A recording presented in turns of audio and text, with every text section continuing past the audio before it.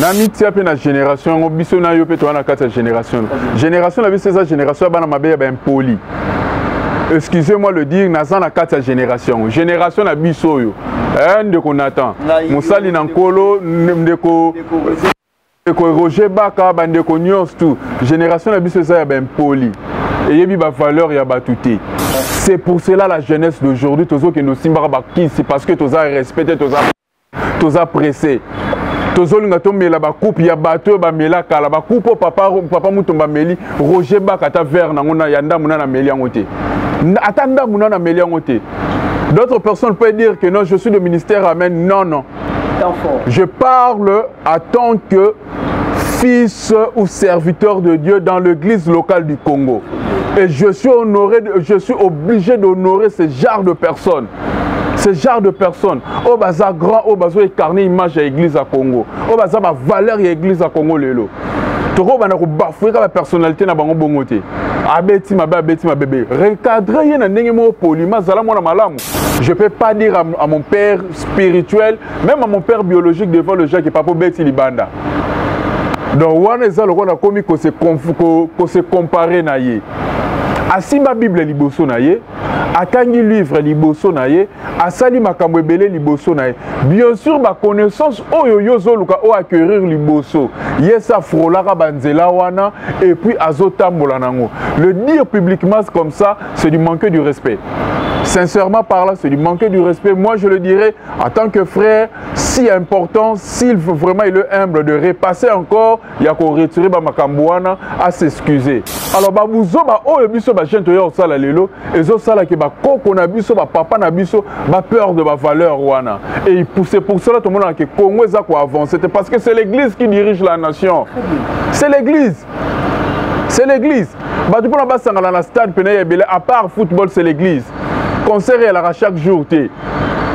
La plupart de personnes, 60% des Congolais, ils ont la base à secte boy, base à bakimbangiste, ils ont la boy boy. Bakenda retrouvé par il y a bien l'église. Alors, ceux qui bisou tolunga to beb sa valeur ya batouana pour na to zo nombre de vie pour na baye ba bisou tolobaka ezasoni. Place aux questions religieuses et aujourd'hui sur ces plateaux des adorateurs dans votre émission ID+ avec l'homme de Dieu, le serviteur de Dieu, Papa Trésor Koussou.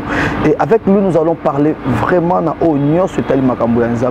nous allons parler sur tout ce qui fait mal et sur tout ce que les gens parlent, qui n'ont pas de réponse. Juste un souci, il y a qu'à trouver vraie vérité. Alors, au choc d'idées, jaillit la lumière. Alors, je vous appelle, je nous appelle, n'est-ce pas, à rester branchés, côté dans votre chaîne Vie pour tous télévision, ainsi que dans la chaîne Abisso Partenaire pour Nakolanda. Vraiment, Namozindo, Maïnini, Oezali Koleka Namboka. Question pour nous aujourd'hui de savoir si cela est basé sur, n'est-ce pas, le conflit générationnel ou alors Ezali recadrement spirituel. Place avec l'homme de Dieu, Papa Trésor Koussou, à qui j'ai dit shalom. Alors, bonjour mon frère Nathan, comment vous allez? Dieu fait grâce à vous, papa. Dieu nous fait grâce à vous. Encore une fois dans notre plateau des adorateurs, dans cette émission ID+, votre question, quelles sont vos suggestions après toutes ces émissions qui sont passées et aujourd'hui encore une fois dans cette plateau? Nous sommes bénis parce que cette émission traverse le monde et puis à chaque fois il y a des appels, il y a des suggestions, il y a des remarques. Nous bénissons notre Seigneur sur ça et nous allons faire encore de notre mieux, de travailler plus et puis de faire encore de recherches pour aider les âmes et puis ramener le cœur au bas de la croix, ce qui est plus important. Ramener le cœur au bas de la croix et c'est ce qui est plus important, dit notre Papa Trésor Koussou. Alors nous allons pouvoir passer par ce que nous appelons notre entrée, ce qui est la prière, car il est écrit que c'est par l'esprit, c'est poussé par l'esprit que les hommes ont parlé de sa part. Alors papa, si vous pouvez nous accompagner avec une très courte prière pour ne pas briser certaines étapes. Adonai, Dieu de grâce, Dieu fidèle, Dieu d'amour, le Dieu de la Bible, le Dieu qui est au contrôle de toutes choses. Nous voici encore dans ta présence pour te dire merci. Merci pour l'œuvre de la croix. Merci pour l'infinie grandeur de ta puissance. Père, nous recommandons ce temps entre tes mains. Comme le Saint, nous te demandons de nous utiliser comme les apôtres. Si tu le feras comme le prophète, l'honneur sera à toi. Prends contrôle de toutes choses, bénis chacun de nous, bénis toute personne qui est en train de suivre cette émission, par le nom puissant de Jésus. Amen. On va parler de la question est celle-ci. Conflit générationnel ou redressement ou recadrement spirituel. Okay. C'est ça la question. Donc, dans l'ingala conflit de kondongwana ya génération ou ezali kokoma ezali kondongwana ya génération to ezali kozongisa na sembo kozongisa na sembo par rapport à makambo oyo ezali koleka. Okay. Ma première question c'est celle-ci. Il y a l'un des serviteurs de Dieu au nom de l'évangéliste Roger Bata que je salue à passant. A outi koleka na Kanoïke a mis tout ici ma kasi na réaction, ton action. Il y a l'homme de Dieu, notre apôtre Léopold Mutombo. Disons que homme de Dieu avec beaucoup de respect au Petit Libanda. Roger Baka a réagi par rapport, n'est-ce pas, il y a une action sacerdotale, Oyo Papa Léopold Mutombo, Ndenge Nzambasa et Lakaye. Votre réaction par rapport à ça? Je bénis le Seigneur pour cette question et puis sur ce sujet qui est un peu vaste. C'est l'évangéliste ou berger? L'évangéliste Roger Baka. Ok, puis Papa Mutombo. Le Koko Mutombo. Ok. Ce que moi je dirais, ce n'est pas normal dans la vie chrétienne ou dans nos classes de serviteurs de Dieu. Le serviteur de Dieu est surtout renommé parce que Roger Baka, c'est un homme de médias, connu par-ci par-là, il a beaucoup de vues, il parle un peu trop sur la télé et tout qu'on sort. Il parle bien ou il parle un peu trop? Bon, parler de bien en mal, je ne peux pas l'affirmer, le confirmer. Donc, quand il parle quelque chose de bien, c'est là où moi je dois tuer quelque chose. Il parle quelque chose qui ne donne pas gloire au Seigneur, nous allons faire de notre mieux de lui écrire, puis de le chercher, de discuter avec lui, poliment aussi.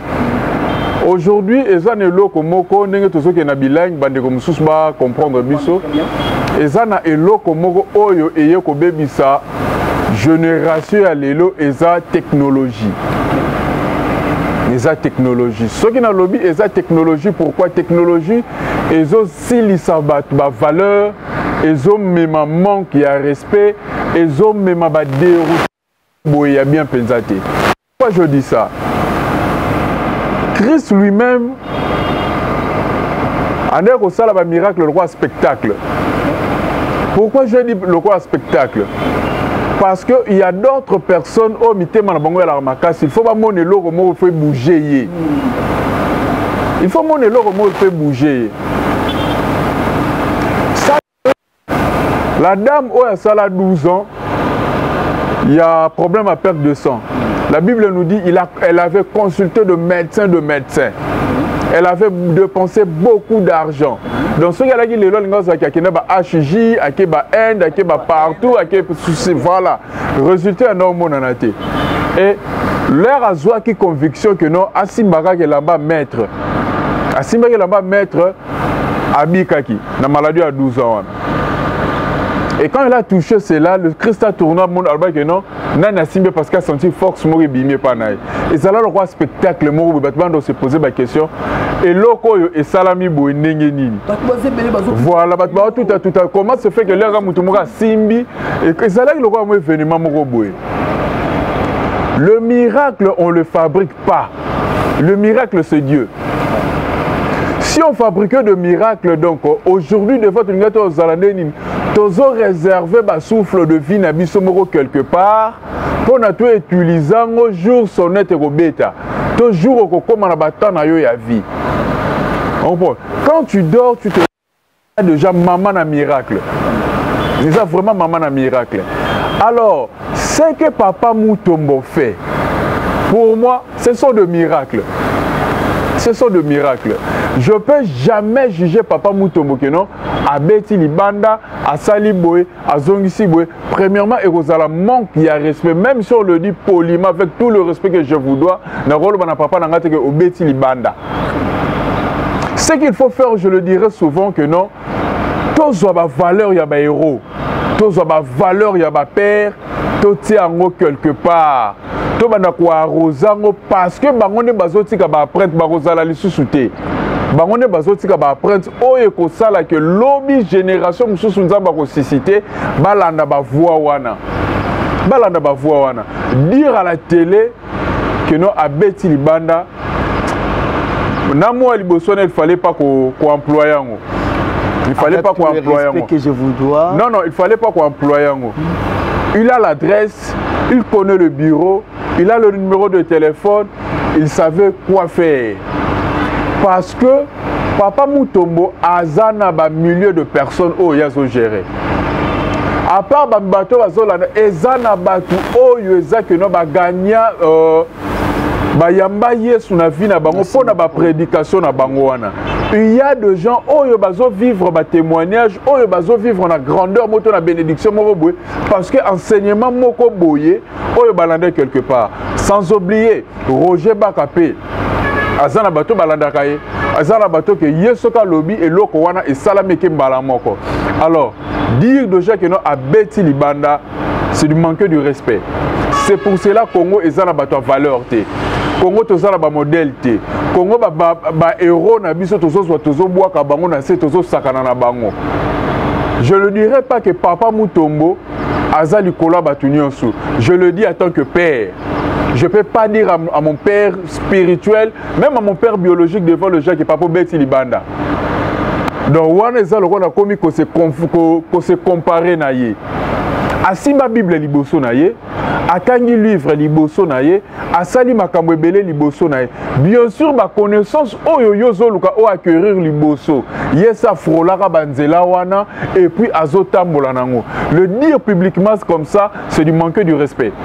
Sincèrement parlant, c'est du manque du respect. Moi, je le dirais, en tant que frère, si important, s'il veut vraiment, il est humble de repasser encore, il y a qu'à retirer Bamakambouana à s'excuser. À s'excuser. Parce que Tozala n'a pas papa lokola bakoko verno, bakoko edi na bala. Tozala lokola na bakoko barouti. Tozala na batu lokola bongo. Biso il faut pérenniser bakombo na bango. Alors leur nini ekoya, comment dirais-je? Terme ni na kokolo bapo na likamo. L'air ngolu moko lisusu koya. Il y a Maramanzambe ko tombola lisusu, Maramanzambe na Congo ko yaka lisusu. Nenge sala mana be États-Unis nenge sala leur réveil spirituel ko ya lisusu. To zala na batu wana oyo tokotangisa bana ya lobby. Voilà. To banda ko beta masolo oyo ya bakoko edi na bala basala. Parce que ça la pe ba miracle té. Baso ke ndoko kunda e ba banduka pe ba telema. Comprends? Jour il y a koufi na hôpital batu ba sekui. Alors ce cas zalaki et loko wana sami toujours à koufa ki mion moge bimi na forme et l'oni to linga to ba kenon abeton libanda. C'est à la personne qui est en train de servir Dieu. Il sert quel maître? Il sert quel maître? Et quand vous voyez ça, priez sur ça, glorifiez le Seigneur. Et nous voulons voir ça, c'est Zara Bakris au Kilombe Mutubao Salango, Batedi Jackson Mutubao Salango. Là, c'est du manque du respect pour Nabaero Nabiso. Papa Mutombo Lelo Bazal Roi modèle, Bazal Roi monument, Bazal Roi histoire pour na réveil au Nyo Sezoya Nango Lelo. Comprends? Toko Leka Kate Soko Tangi Komba apôtre Roland Daloté. Donc quand on parle d'apôtre Roland Daloté, on voit de Ken Luamba, on voit de Tom Smouma, on voit de pasteur Dede Landou, on voit de pasteur Ken, on voit tout. Alors bango bazako honoré parce que il faut batika ba apprendre naïe. C'est seulement ici au Congo que ce mutakufa kufili là. Parce que tout ça déjà n'est pas vivant, mais tout ça bango valeur té.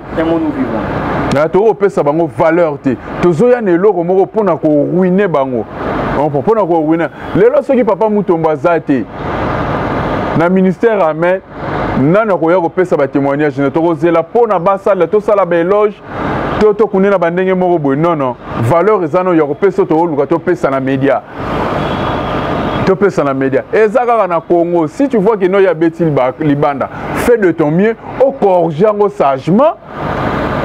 Au corrigeant sage, c'est ce que je vous dis. Moi en tout cas, na longo le moi bagan là, c'est du manque du respect na ba père spirituel. Place à Kenda Bongango yebité, place à Sala Makambo yebité, c'est place à Sala Makambo yebité, grâce à la particulier. Comprendre? Grâce à la particulier. Ce qu'on dit le pasteur Louvre Yakola, c'est un grand prédicateur, un très bon prédicateur. Quand il enseigne, tu vois déjà quelque chose. Alors, ce qu'a l'objet loko moko bonne prédication na ye, to koloba ke no asali boison sibwe. Non non. Ce n'est pas ça. Bande kobino batu na maloba ya koleka na ba télé ya kosala makambo belé batu lokola ba papa wana ba mutombo baza batu ya valeur na mboka oyo. Baza utile na société oyo. Je l'ai suivi une fois. Qu'est-ce qu'il a dit na matanga ya Kokombiye, paix à son âme. Il a dit azala na ba regret parce que ezana prédicateur morote à téléma allo baba bien fait na ya public asale la ngombe émission. Tu vois là où il y a de valeur. Mais ce que zalaka que no akoyaka une fois na maman moro ya église, c'est ce que les gens devaient faire à la télé, faire des émissions pour na balobele loko wana. Pour na balobele loko wana. Alors babuzo ba oyo biso ba gente yo sala lelo, ezo sala ke ba koko na biso ba papa na biso ba peur de ba valeur wana. Et c'est pour cela tout le monde que Congo za ko avancer, c'est parce que c'est l'église qui dirige la nation. C'est l'église. C'est l'église. Bah, tu peux pas dans la stade, à part football, c'est l'église. Concert, elle a chaque jour. La plupart de personnes, 60% des Congolais, oh, ils ont la base à secte boy, oh, base à la bakimbangiste, ils ont la boy boy. Bakinda retrouvé par, il y a bien l'église. Alors, ceux qui bisou tolu ngato beb sa ba valeur ya batouana pour na to zo nombre de vie pour na baye ba bisou tolu baka ezasoni vient de nous dire l'homme de Dieu papa trésor papa trésor.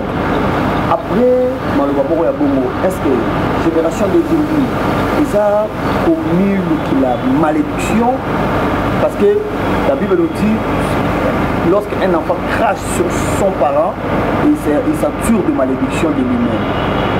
Est-ce que Kolobelo Moro ya Bongo vis-à-vis ya parents spirituels donc la papa moutemoza père ya bana sebele azam papa ya mabote belé et le Moro ya Bongo le coup les a déjà traité de manque de respect. C'est que ndeko na biso l'évangéliste Monsala Nzambe Roger Baka et ami Keli Malher Oezali bongo naturellement to devenu nami tiape na génération ngo biso na yo pe to na kata génération la biso ça génération bana mabe ba impoli. Excusez-moi le dire naza na kata génération na biso yo ndeko Nathan Mosali na nkolo ndeko Roger Baka bandeko nyos tout génération la biso ça ya ba impoli et yebi ba valeur ya batuté.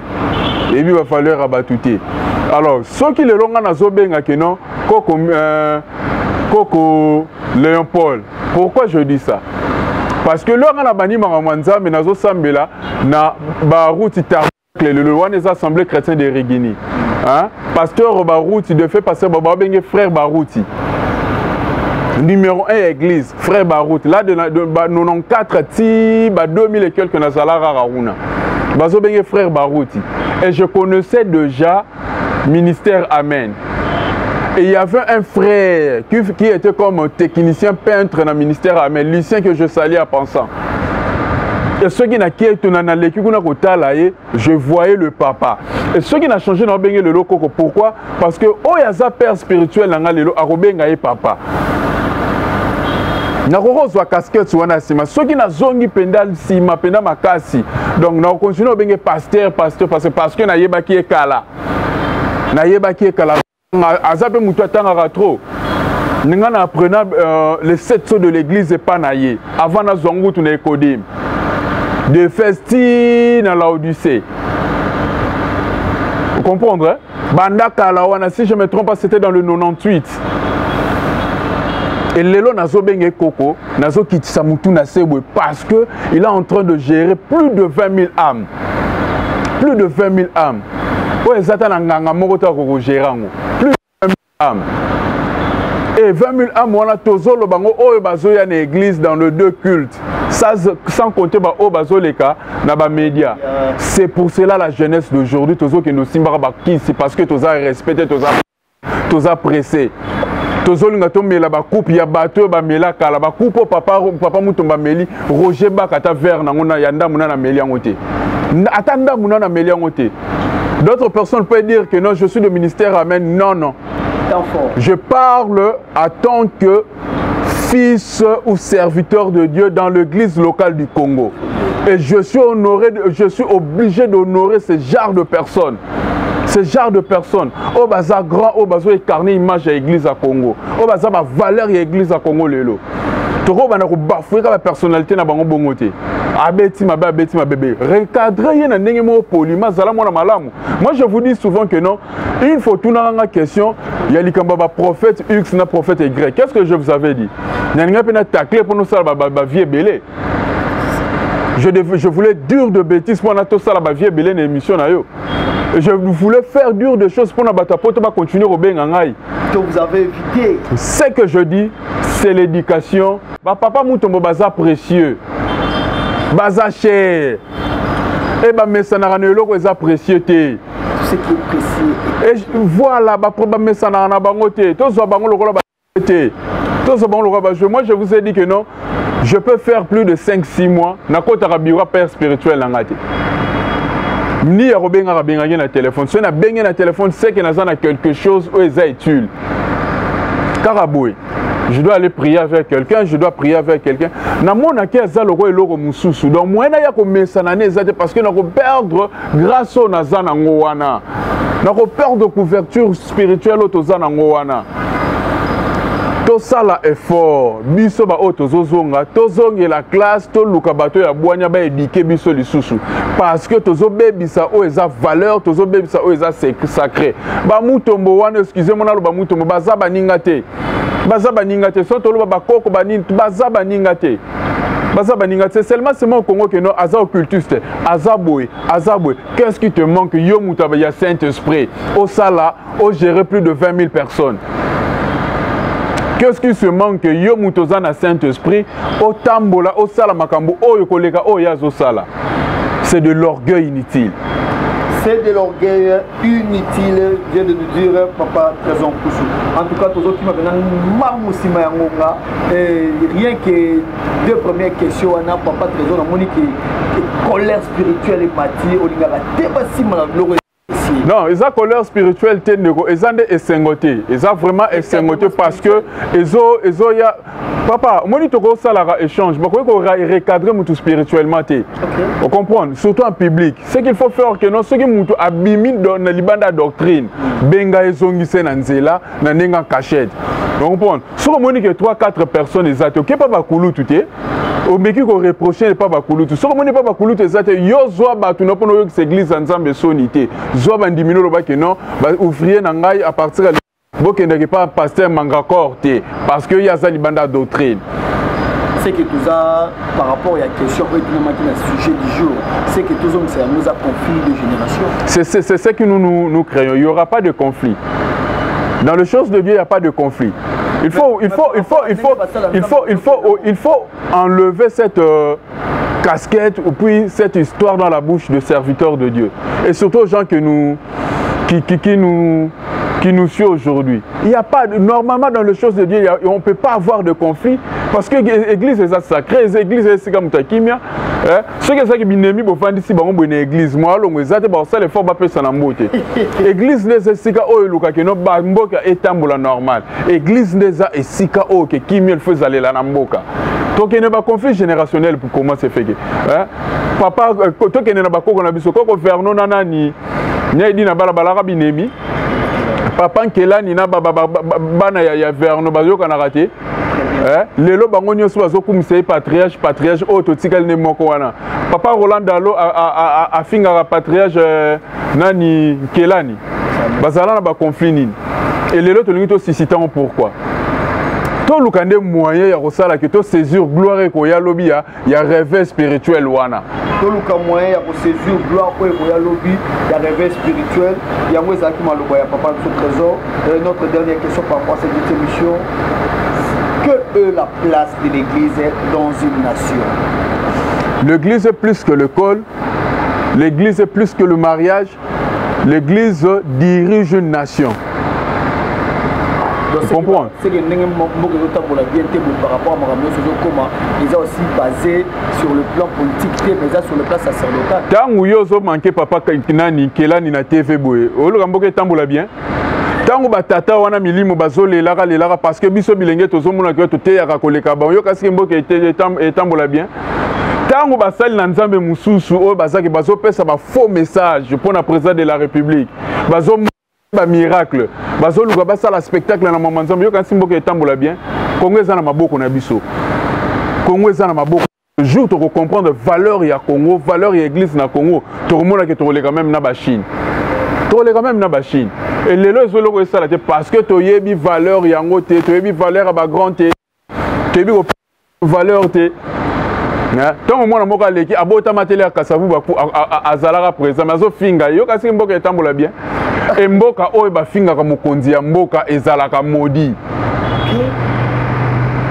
Donc c'est là où les voilà, mboka oyo elekaka ke no mwana moka leki fatiki zengi atanga te. Mboka wana ekendaka propre nini ekendaka liboso te. Donc va être qui éviter.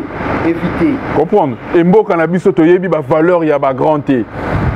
Et l'Europe sala ba valeur ya ba gango parce que place ya église na Congo ezali sous-souté. Bato lelo na église na Congo ba komisande église place Jacob. Parce que église est une place bato ba na koya ko se ressourcer, ba luka moyen ni ya ko kende. Lelo j'aime les pasteurs comme le pasteur Dédé Landou que je salue à pensant. Quand il enseigne, il parle du rêve, comment un jeune doit rêver. C'est ça la temps plein. Il faut que nous reluka parce que l'église fait son bakiti na mbongo na yo. Église fait ton école, il faut ton école pour nous à la partenaire et église. Il faut ça la bilanga parce que tout le monde a un chômage dans l'église. Les gens comme les pasteurs à Toms, les gens comme les papas Moutombo, les autres sur le roi Bill. Ce sont des gars à féliciter. Moni place il y a église yangwana. Église sur l'accent mutuke place à koyi bezamabe. Les lots pasteurs des gens qui ont azoti na ndeko keno frapper na eux et ça les lots. Quand vous monnayez de miracles, quand vous monnayez de guérison, quand vous monnayez de salut, vous pensez que l'église, notre nation va monter? Non, non. Non, non, je ne pense pas. Tout ça a valeur, tout ça a valeur, ça a principe, tout le monde a un peu de temps. Tout ça a valeur, ça a principe, il y a des bases pour que ça ait été je dis comme ça merci à l'homme de Dieu, le pasteur Frédéric Kalamba et Chimoumani, et pourquoi pas dire un grand merci à l'homme de Dieu, le pasteur Eric Mourjipaï de l'église Fila, cité d'exaucement. Papa Atom Simouma, je vous salue à passant. L'homme de Dieu, conseil directeur, pour dans notre soutien. Conseil directeur, Nandeko Roger Baka, qui est l'évangéliste et serviteur de Dieu. Je ne pense pas que M. Zalaïga pour Nandeko Roger Baka, ça fait partie de la question Oyo Topessier. Je ne peux pas aussi donner de conseils à un média bouillé. Je ferai de notre mieux. Ce qu'on a numéro là aussi, ça peut ça. On a bien gagné Liboso naïe. On a que non, ceux qui m'ont à retirer. Propos mususuana et puis c'est tout mboye moyen to lo bango nyosu et ozalate mais biso bilenge oyo tozana se ya makola batata tozana bakoko liboso na bakulutu liboso to pesa bango valeur to immortaliser bakomo na bango parce que batu mususu bakosala ngo bakozalate tozala na bakoko wana na lola to yemba ozana ensemble to bunga nzela te parce que bango ne mutu basimba bato ya kolakisa biso nzela ya nzambe tozo salela lelo azala nganga yozana Saint-Esprit sala Saint-Esprit. Ce que Monique Bonganga, oh yazo que nous savons les autres sepelisa yote, sangisa bandeko, oh yo yebi ke baza cher pona yo, ba kende le susunzela wanate. Ce que moi kozala baza batata kende loba na yeboye, na ndenge ya kobatama, en plus yo kozala béni, Toto sabakulu mbola na kobanga nzambe c'est ça. Toto Sabakulu, tout autant mon arroba, mais c'est ça aussi, ça fait partie, il y a beaucoup de solutions comme beaucoup de solutions Tambola. Tout ça, le développement, t'as la réponse, il y a une solution à ses amis. Je dis comme ça, merci à Merveille Toto, garçon puissant, merci à toi, le réalisateur patron, merci et bon retour au pays, et Pauline Arabo, mon ami au CPI, merci également à Nabino Nyon sur le message pour la mission, merci pour la suggestion Nabino, merci beaucoup pour la conseil Nabino et pourquoi pas pour la remarque Nabino, il y a un monde de ça là été, tous à la toujours pour tous amis. Donc comme il a souka, beaucoup de la mission, Papa Trésor, votre mot de la fait par rapport à cette émission et puis nous allons nous séparer. Je bénis le Seigneur comme Omega, comme Boné Matali Soussou, mais si quand tu moniques et to betisi mitema mabaku to tsema bolongo na se to semgi bino nyos bozolanda biso pardon soki bomonaki ke moi mungongo mataki makasi esepelisi bino te en tout cas na komikitisa nyonso to tie loboko na mutema to kitisi mutu bolimbisa biso nzamba pambola to yamba susu Yesu parce que azozonga kala te to bongisa bana nzambe tokutani mikolo ezali koya soki Yesu azongite. Au revoir.